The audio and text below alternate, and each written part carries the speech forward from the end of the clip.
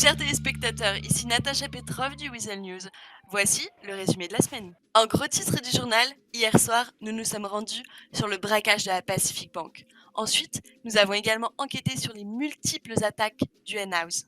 Et enfin, la concurrence d'entreprise fait à nouveau des ravages en ville. Hier soir, la Pacific Bank a été dévalisée par 8 braqueurs qui ont pris en otage 5 personnes aux alentours de 22h30. Ils ont réussi à s'échapper et les otages ont tous été récupérés sains et saufs. Le Weasel News s'est rendu sur place et nous avons pu échanger avec le lieutenant 05 du LSPD. Voici quelques extraits vidéo. Du coup, à l'intérieur, on a compté 8 preneurs d'otages avec 5 otages. Ils sont en train de dévaliser les caisses au sous-sol de la Pacific Standard. Les négociations étaient rapides, sont allées dans les deux sens. Ils vont nous rendre les otages et on va partir avec.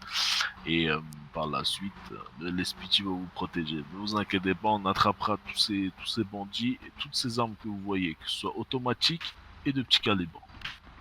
Vous êtes en sécurité.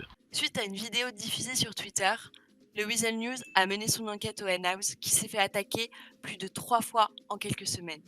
Nous nous sommes rendus sur place et nous avons pu échanger avec une personne proche du Henhouse. Malgré de nombreux dégâts et quelques victimes, le Henhouse est toujours debout et a d'ailleurs réussi sa soirée d'ouverture qui s'est déroulée hier soir. Le BCSO met aujourd'hui tout en œuvre pour attraper ces criminels et ainsi protéger tous les citoyens. La concurrence fait des ravages en ville. De sources sûres, nous savons que le LS Custom a été victime d'un sabotage de la part de leur concurrence. Le Weasel a mené son enquête. Le LS Custom a été attaqué 2 fois. Une première fois avec des menaces, une seconde fois avec des armes.